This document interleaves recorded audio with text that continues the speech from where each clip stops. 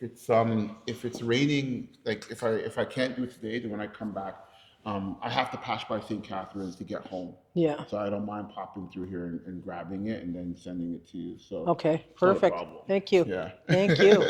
So it's like, how do we get that? Yeah. I don't, Okay, so you're in shot. I'm in shot. Excellent.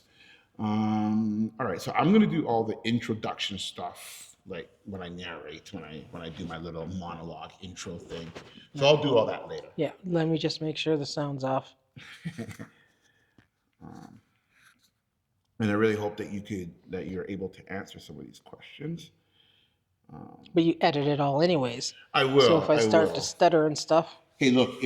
So if you feel that you made a mistake, you want to start over, just yeah, do it. yeah, for Don't sure. worry about it. Okay, In the back end, when I'm editing, I can find mistakes and edit them out. perfect. Don't worry about that at all. All right, so let's just get started. So this is the first episode that I'm kind of doing in a series about, the Underground Railroad. So for those who may not know what this whole thing is about, maybe we should start, or maybe you could help explain the whole 1850 Slave Act. So what was that about? Like, what was the whole premise behind that? Okay, great.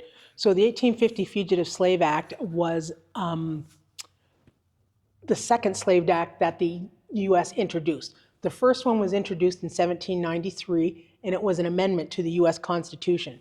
So what it meant was enslavers wanted to be able to retrieve freedom seekers, also known as runaway slaves or fugitives, at any location in the United States. So from 1793 all the way up to 1850, northern states, right, some of them started to abolish slavery. Some were doing it earlier than that, 1777. But by the time slavery was abolished in the northern states, nobody was abiding by that 1793 fugitive slave law. So if slave catchers came into a northern state, say Pennsylvania, nobody would assist them in the apprehension of the runaway slave and return them. So Congress, by the time 1850 came about, the South was in control. So when the 1850 Fugitive Slave Law was passed in September, the South controlled Congress. So what they did is they asked for stricter laws so that they would be able to apprehend runaways or freedom seekers anywhere in the northern states. Okay. And it did work. So they wanted, harsher laws. Ah, okay. So, and that law caused individuals to extend the Underground Railroad route to Canada because it was a British colony, and here they would be able to secure their safety and freedom. So the 1850 Fugitive Slave Act just didn't impact freedom seekers who were living in the northern states. It also impacted free blacks who were living in the northern states because they would be accused of being runaways. Right. And it also impacted white people because they would be accused of being octoroons and quadroons. So the 1850 Fugitive Slave Law, in my opinion, that's what set it off for the Civil War. Gotcha. Okay. I didn't know that. I love this. I'm loving this already. What a way to start. Okay. I'm just gonna ask you to put the mic actually on here? that part. Yeah. Just so Perfect. it's a little bit away from you. Okay. And just so it's facing up. Facing up? Yeah, just slightly. Yeah, maybe. Is that better? Well, where you had it before was probably better, like on the inside, but like, yeah. And face it up. Yeah, there you Like go. that? Okay, perfect. Yeah, Okay. perfect. Okay. Excellent. All right. It was probably fine where it was, but I just want to make sure. Yeah. No. After that hit of knowledge. Okay. So let's see here. All right. You know what? So I just want to say something else. Yeah, sure. So to explain a quadroon or octoroon, I was going to ask that next, actually. Oh, sorry. Okay. No. That's okay. Yeah, I was good because I heard that and I was like, what is that? Yeah. No? Yeah. So octoroons and quadroons were mixed race people. So today we would call them biracial or multiracial. Okay. But they would look more European. Right. Yeah. So what's the term again? Octoroons, quadroons, grifts. So the best way to tell the story is if your audience wants to look up the story of William and Ellen Craft. Ellen looked European, completely European. It was her dialect that gave her away. Whereas her husband, because they both escaped from enslavement, he was of a darker complexion and he passed as her enslaved property. Yeah. That's like a whole story on its own. That's just Well, Hollywood's supposed to be making a movie out of it, but we'll see. interesting. Wow. Okay. Oh my gosh, I knew talking with you was going to be amazing. Okay, let's see. Okay, so now that we understood the reason why they were heading north, like that makes complete sense. Now everybody's heading north, whether Yes. you were a slave originally or not, or whatever the case was. Everyone was heading north now To Canada. to Canada. Yes. So can you describe what that journey must have been like? Like, going through the wilderness and the woods and all that stuff, and then crossing. I mean, this river over here is not like a small little river. Yeah, the So Niagara River. yeah. So what was that process like? I can only imagine the fear that was within every individual who was escaping. So prior to 1850, so let's back it up. Prior to 1830, when you're reading some of the narratives, a few of them indicated that it was Indigenous people that helped them because the Underground Railroad wasn't really operating. So there were no black people or no white people to really receive them once they got on their journey, once they started their journey. And if they came across Indigenous people, yes, they were helpful. Back then, there wasn't a station to station. You'd have to find somebody to help you. But after 1850, everything changed. People were more militant.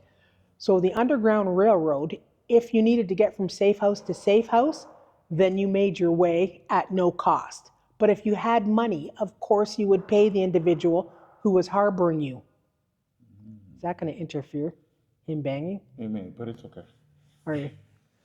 Yeah, we'll see. Because he doesn't know what we're up here doing. That's the problem. I think it'll be fine because the mic is really close to you. Okay, perfect.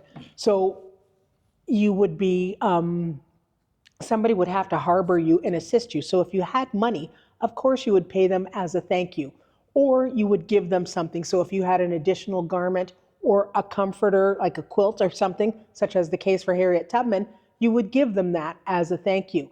But for the most part, if you had no money, you were just shuffled along. So after 1850, through the network of communication, people started to get wiser when they were escaping. Not only do you steal provisions from your enslaver, steal his silver candlesticks, steal his silver cutlery, rob him for his money, because in the end, you're going to have to pay your transportation. People appreciated that. And when you get to Canada, the new land, how are you going to survive? So many did that as well. Wow, interesting. And this may or may not be related, but when I was in Rochester, obviously I learned a lot about Susan B. Anthony and Frederick Douglass because they were actually friends. Yes. And there's actually a statue of the two of them in the park nearby where her house is in the museum. So was her house like one of those places? Because when I did that tour, I saw that there was a couple of portraits of Black people in her house. So I was wondering if would that be one of the places where she would kind of be like letting them stay there and then shuffling them along, or was that kind of after?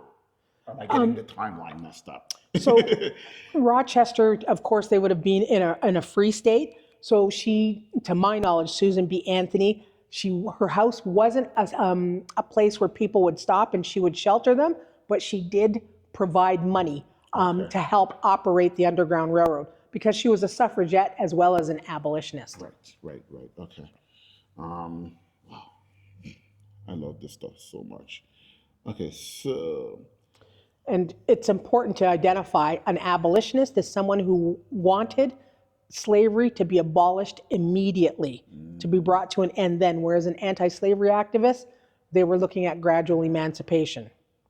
okay, that actually, I'm gonna need to do a lot of editing, but that because now it's just firing off all kinds of things now because. So this is just off topic because it's not one of my questions, but maybe you might be able to clarify. So when people talk about Dundas, for example, and how they want to close Dundas Street, but I remember hearing a historian say something like that he was one of the people that actually wanted to end it, but not right away. Yeah, gradual emancipation. Right. Like those who were involved in the colonialism, to relocate them to Africa. So say Sierra Leone or Liberia. Okay. So yes, a lot of people were in favor of gradual emancipation. Okay. So it was that like, is that why some people like him are now getting judged because they didn't want to do it immediately? Or do you know what I'm trying to say? But he was also an enslaver, was he not? I'm not sure. Yeah, I'm sure. I could be wrong about that. I'm not I'm not putting this in. Yeah, I'm just, no. talking right now. Yeah. But I'm sure he was an enslaver as well as Ryerson, so that's what the issue is. Or they were pro-slavery sympathizers. Okay. Yes. Okay. Yes. I see. That clarifies stuff. Okay, that makes sense. Okay. But at the same time, though, I mean, that's kind of what was happening at that time. Yes. It's not an excuse. I'm just Yes. saying that's kind of. Well, when you look at Lieutenant Governor John Graves Simcoe, when he first established Parliament here in Canada, the reason for the act to limit slavery, that it wasn't abolished in its entirety, and he wanted it abolished, was that 9 members of his 16-member executive council were slaveholders. And the others who were not slaveholders, their families were involved in slavery. So it puts you in a position of trying to shut yeah, it down. yeah. Okay, that makes sense. Wow. Okay.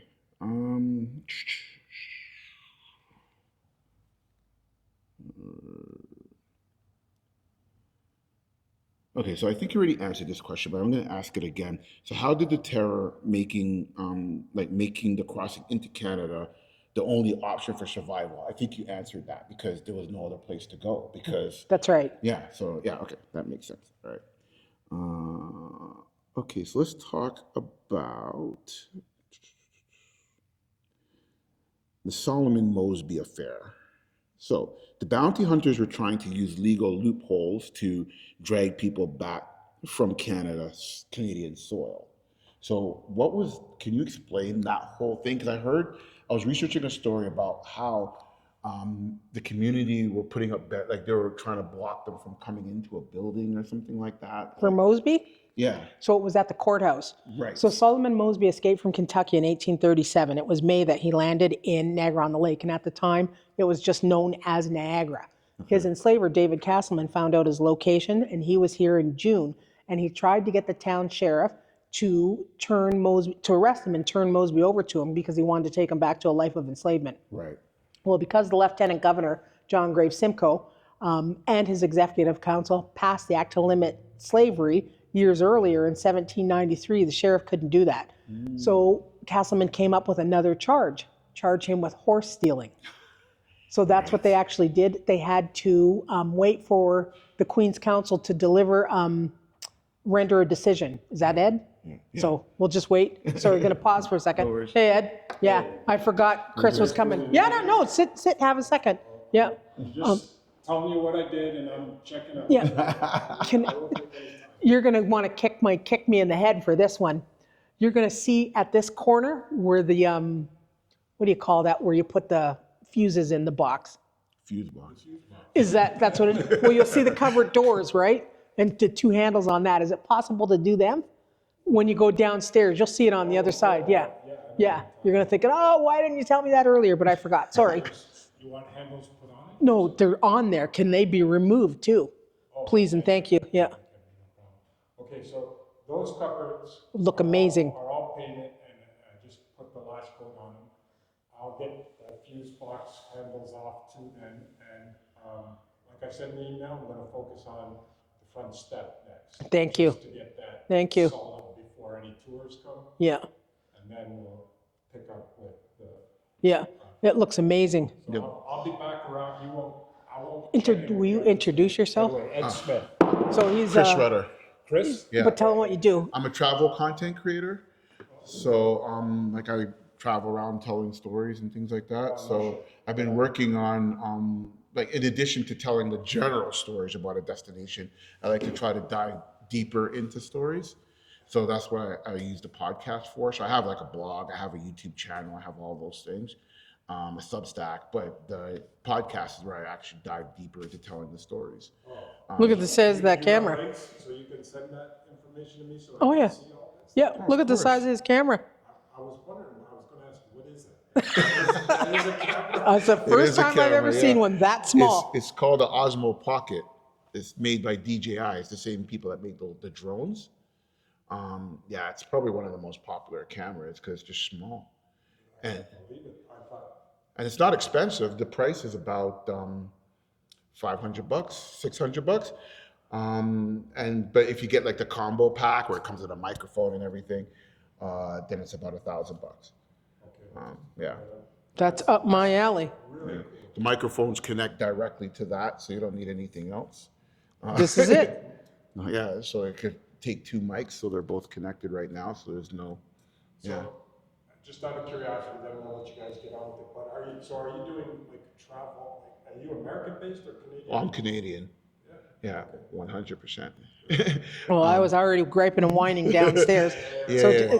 I am. Like I do, like with the podcast I do, like I try to dive deeper into stories. So I was explaining, so for example, my wife is Croatian, right? So her childhood, like her grandma's house is down the street from where Nikola Tesla grew up in Croatia.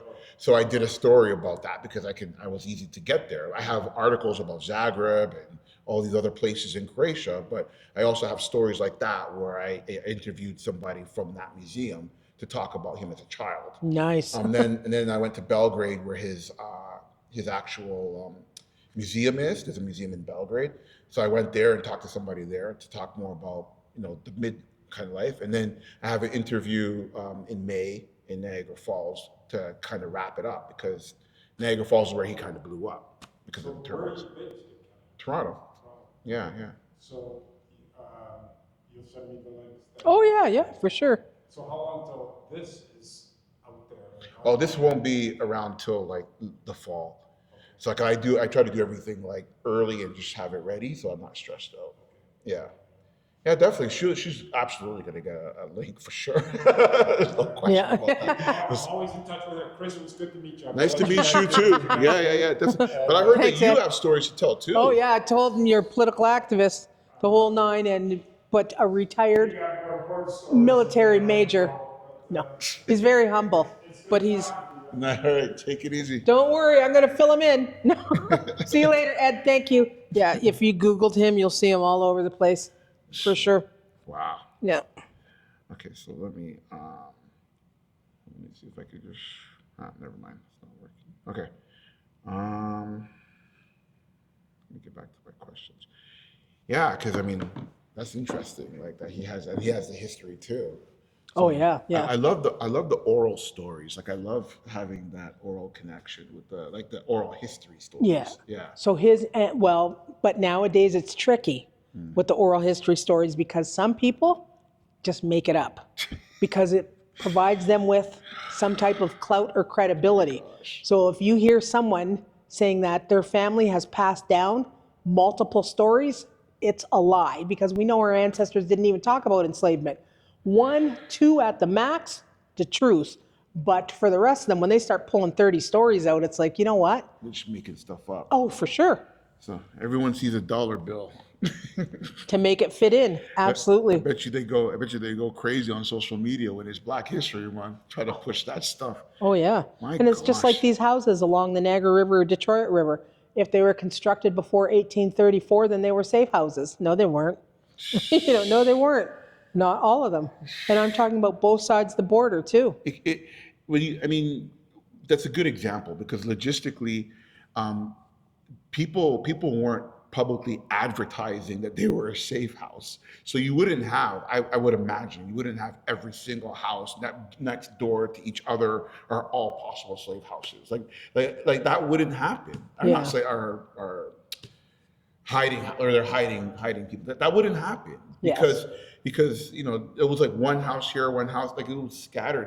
They wouldn't put it like that, like a whole community, because then the 1850 when they're going to find people, it'd be easy. They're all right here. Like, Yeah. So I would imagine they'd be a little Yeah. bit more secretive about that. It Yes. wouldn't be that obvious. Yes. It was like, Yes.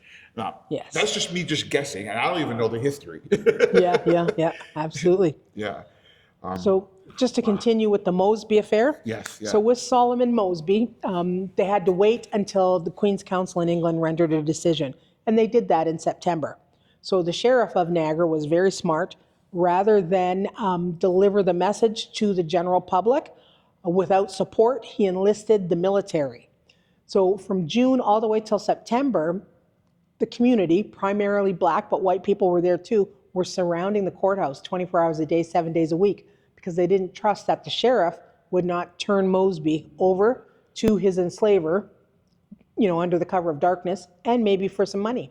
For sure. So nobody trusted that. So the day that they rendered the decision, Mosby had to be returned to Virginia, a life of enslavement, even though he was supposed to be charged with horse stealing. A riot broke out in Niagara. It's recorded as the first racial riot in Upper Canada, which is, it's pretty cool, but at the same time, it's not. It's a sad story. Of course, yeah. But it took place here in Niagara.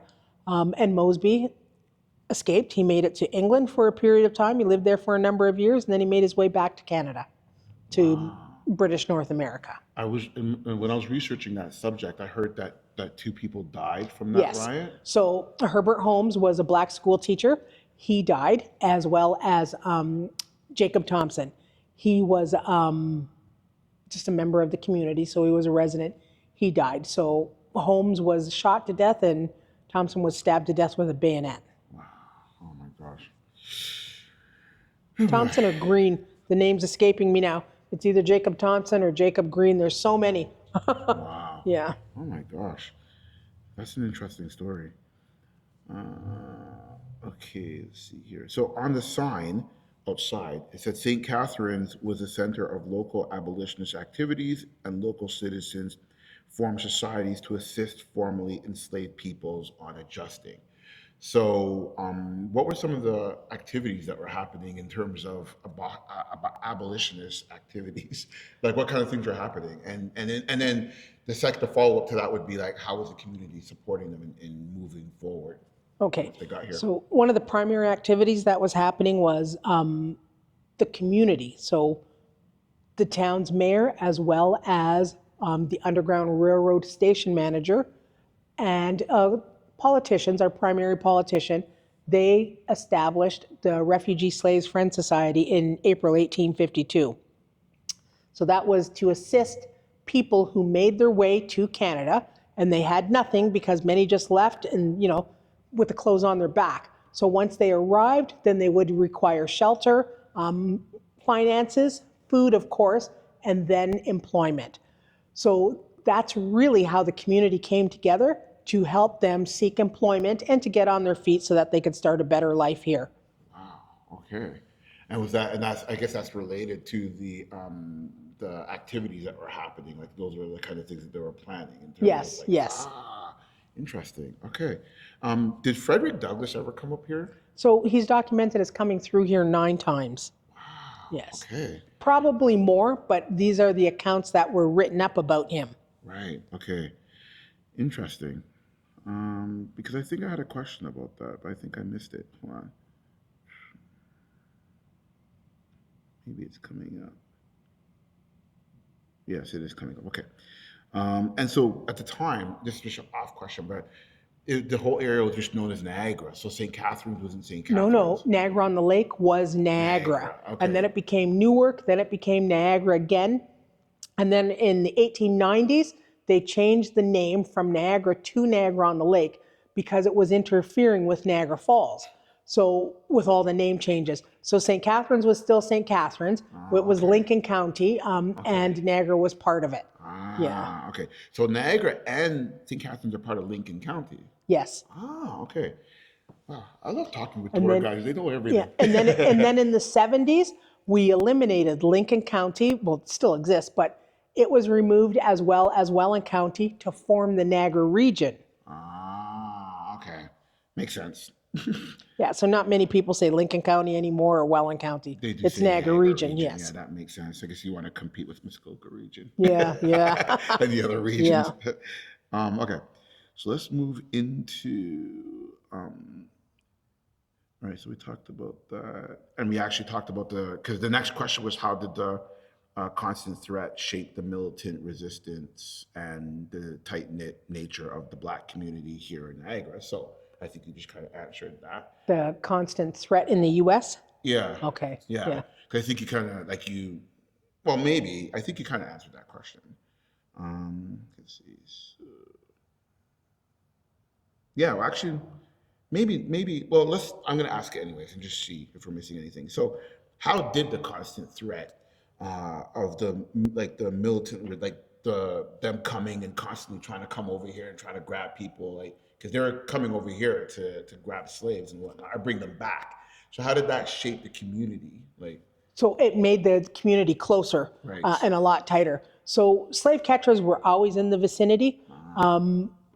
The most notorious one, of course, was Bacon Tate. He arrived in 1836, but he was smart. He recruited black people from Buffalo to come into St. Catharines and find out where the Stanford family was located because he was hired to apprehend them. So that turned into a kidnapping as well as a melee outside of Buffalo, New York. It was actually in Hamburg, New York. So black men from St. Catharines as well as black men in Buffalo. The primary in Buffalo was William Wells Brown. So he was a black abolitionist who escaped from enslavement as well. What they were successful in doing was collecting the Stanford family. So it was George Stanford, his wife, and their 6-week-old daughter. They rescued them and brought them back to St. Catharines. Okay. But kidnapping and kidnappers, for the most part, would always come through St. Catharines or other towns or villages in Canada West looking for their lost property because the system was known as chattel slavery, right? Big difference. Before the transatlantic slave trade and the African enslavement, it was indentured servitude or slavery, which was pretty much temporary. But with the transatlantic slave trade and chattel slavery, you were deemed property and you were enslaved for life. Wow. That was the difference. My gosh, I'm just getting overwhelmed with information now because I didn't even know that there was differences like that. Like, Oh, this is like, yeah. Oh my gosh, I feel like I need to read more. No. Oh my gosh. So only when you're involved in it and you're into it, then it becomes part of your life. You eat it, sleep it, and breathe it. Yeah, for sure. Yeah, clearly. Like, Yeah. I mean, you have so much knowledge on this. Like, this is a rabbit hole of Oh, information. just learning from others and reading, that's for sure. Wow, this is amazing. Okay, so Frederick Douglass famously legitimized St. Catharines as the final terminus of the Eastern Line. So That he was connected with. he was Yes. connected with. Yes. So I have a couple of questions about the line, first of all, because I was trying to follow along, like what was happening there. So I'm hoping that maybe you could kind of connect the dots there. But I also have a secondary question because when I was in Oakville, I was hearing stories that Frederick Douglass was also trying to hide people in boats, and they were lying like at the bottom of the boat where the mill is, like not where the wheat is, I guess, or the grains In or something Oakville? like that. Yeah, and then they would come across the lake and then land in Oakville because there's a couple of places in Oakville where they have some signs posted where black people arrived. Actually, they have like a black tour there. Oh, yes. Yeah. So I'm not certain that it would be Frederick Douglass that was actually okay. assisting them with the boats, but there's no problem with him paying their passage to get on the boat. So the boats, it usually depended on the ship's captain, Right, whether he was an abolitionist or not. And then it would be the ship's captain or somebody who was working for the ship's captain on the boat would do that as well. Yeah. Because in Oakville, that's what they said. The captain. I Yeah. think the captain's name is actually there because he Yes. was one of the guys who was going back and forth and trying to help out. with Yes, that. yes, Yeah. absolutely. So they usually left from Oswego, New York, other locations as well, and they either made their way to Kingston, Toronto, Oakville, and sometimes here locally at Port Dalhousie. Wow. Okay. That's just a little off then, but yeah, I'm just connecting dots in my head. Yeah, no the places worries. that I've been. No worries. So that's very interesting. Okay, so Frederick Douglass. So how do you explain this, like this connection of lines and even though it's terrible that you have to do this whole Underground Railroad thing, I do love like the nicknames and the double meanings of things like conductor and this, like how they really relate it to trains. Like, so I love the little nicknames, but how, like, what was the process when you send the end of terminus line? Like, what does that mean? Like, and in terms of the whole process coming from the South, So the routing of it, I guess. in the case of Douglas, he said the Underground Railroad had many branches, and it did. Because someone like Tubman, who was a conductor, she wasn't going to follow the same route constantly. So she would she would have different routes, right? Yes. So he said the Underground Railroad had many branches, but the one that he was connected with started in Baltimore. Wow. Okay. And he would Okay. never identify that agent's name Right. because, and Douglas is saying this in 1881, so he wouldn't identify the agent because of the fear of the reprisals that would happen. course. There would be repercussions for that individual. So we'll never know if that person was male or female. So it started in Baltimore, and then second stop. So Baltimore was stop number 1 in the south. And then Wilmington, Delaware was stop number 2 in the south. And that was managed by Thomas Garrett. The first stop in the north, which would be in a free state, would be Philadelphia. So that would have been William Still. But it was also the third stop on Douglas's route. And then, of course, going through New York City, Albany, Syracuse, and then Rochester, where Douglas was located, crossing at Suspension Bridge, which connected Niagara Falls, New York to Niagara Falls, Ontario. And then the last stop would be St. Catharines. Well, again, after 1793, there was no need for an Underground Railroad terminal in Upper Canada because once they crossed the river, Niagara or Detroit, they were automatically free. But Douglas legitimized St. Catharines and gave us the same clout as an Underground Railroad terminal such as Philadelphia or New York City in Canada. Yes, yes. Oh, I love that. Because he was connected. And again, after 1850, after the 1850 Fugitive Slave Act, it was best to shuffle individuals to Canada to secure their safety and freedom because the North was not a safe haven for them anymore. Wow, that makes so much sense. Oh my gosh, I'm loving this so much right now. So, yeah, oh, thank you. So with that, when he says the Underground Railroad had many branches, so this would be the Eastern Shore that we're talking about coming through Maryland and Delaware. So that's why it was the East Line. Whereas Kentucky, Ohio, Michigan, you're looking at the Western Line. But it does not mean that individuals who crossed from the Western Line, they would end up in Niagara. Or those who crossed the Eastern Line, they'd end up in Windsor. So they're close to the Western Line, yes. Or guess what? They didn't even stay here. Some would go out to Nova Scotia or they'd get on a boat and go to England. Especially if you were white presenting, why not go to England and start a new life as a white person? Or if you're white presenting, why not come to Canada? You've arrived with 7, people. Separate yourself from them. Move to another area and now you're a white person. And when you say white presenting, just so the audience understands that, you're saying someone that looks more white than they do black. Oh yes, absolutely. Okay. A quadroon and an octoroon. Yeah. Yes. Okay. Wow. Okay.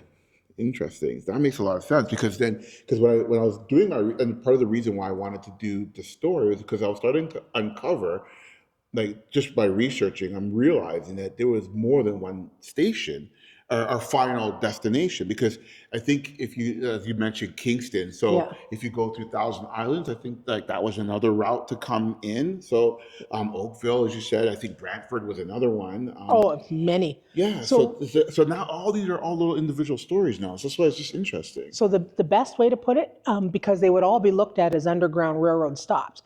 So wherever the freedom seeker settled, that was their last stop on the Underground Railroad. So Tubman, for example, she settled here, so this was her last stop on the Underground Railroad. Whereas another individual, so I'm just going by Benjamin Drew's book right now, The North Side View of Slavery. There was an individual by the name of Patrick Sneed. He escaped from enslavement, made his way to Niagara Falls, New York. Slave catchers were in hot pursuit. He was almost apprehended. He crossed the border and Toronto became his last stop on the Underground Railroad. So interesting. Oh yeah, yeah.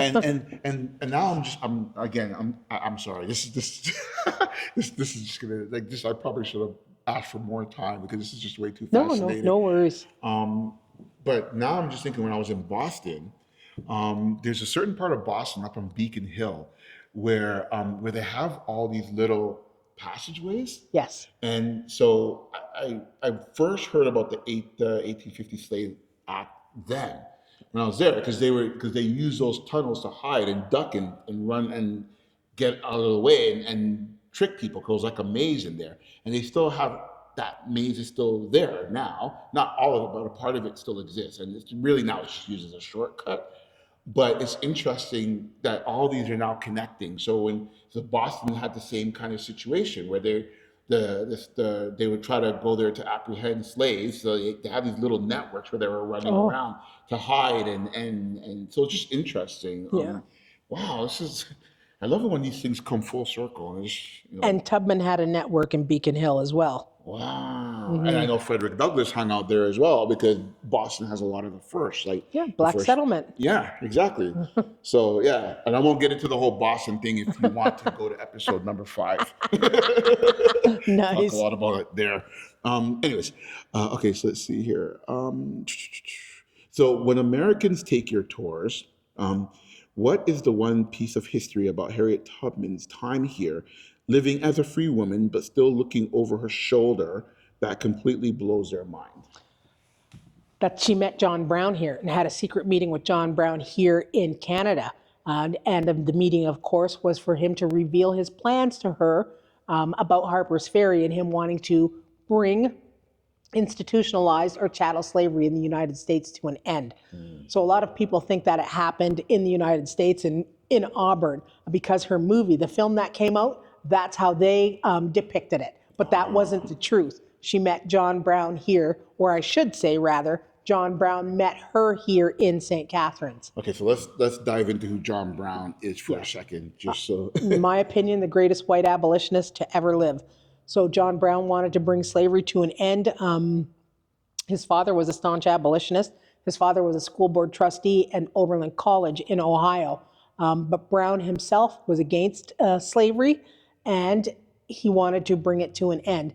So he was an individual that started, he moved on to the federal arsenal in Harpers Ferry, Virginia in October 1859. He was captured, and then he was hanged for it December 2nd, 1859. So today, a lot of Black organizations, fraternities and whatnot, they still celebrate December 2nd as John Brown Day. And we had a reopening here in 1917, and it was done specifically on John Brown Day, and that's the placard relating to it. Yeah. Okay, beautiful. Now I need to make sure I go film that now. It's that one right there. Yeah. Okay, I did film that. Nice, nice. With the names. Yes. But I didn't know the Yes. significance of it. Yes. Okay, that's good. Yes. All right, Well, so perfect. what we had was a windstorm or type tornado here, and it took out a lot of the back section of the church. So when they had to repair that, they decided we're going to have a reopening, and then they did it on December 2nd. Ah, brilliant. Okay. Wow, I love that. Awesome. Okay. So we're gonna get into all right, so let's get into bloodlines. So your maternal great great grandfather, Reverend James Henry Harper, Yes. was the minister here while Harriet was a member. So beyond the official records, or including the official records, are there any unique oral stories passed down in your family about what she was actually like in the pews or her interactions with your ancestors? So no information about that. And I really wish there was some information, but nothing like that was passed down. The only thing that we've ever come across about Tubman being here in the church are a few newspaper articles, but no connection with the great grandfather or any history like that, again, passed down. But I would like to say, with regards to the oral stories, right, we were always told that dear old Reverend Grandpa Harper was part of the Underground Railroad, but it did not make sense to me. So doing the research in 2005, I went to my mother, because she is a Harper, as well as her brother, and I was telling them that, you know what? He's an AME minister, and these documents state that he was freeborn. It was upsetting, and it's still upsetting today for a lot of relatives because him and his family, they're part of the group that relocated after the 1850 Fugitive Slave Act. Even though he was already here in 1837, his family was still back in South Carolina. So after the 1850 Fugitive Slave Act passed, he got them out of South Carolina and brought them here. So he was actually a circuit minister for the AME church, but it just didn't make sense as to why he could travel around the United States, and he was troubleshooting for AME churches. He's up here in Canada and he's stationed. How could he get away with that? Well, it turns out that he was freeborn and he had his manumission papers, yes. So that oral story was handed down as him being an Underground Railroad operative, and he was not. He was free. Interesting. Yeah. And most people, they're not going to disclose a story like that in their family tree because they want to keep the old narrative because the Underground Railroad is so thrilling and so heroic. 100% it is, but if it's not true, don't say it.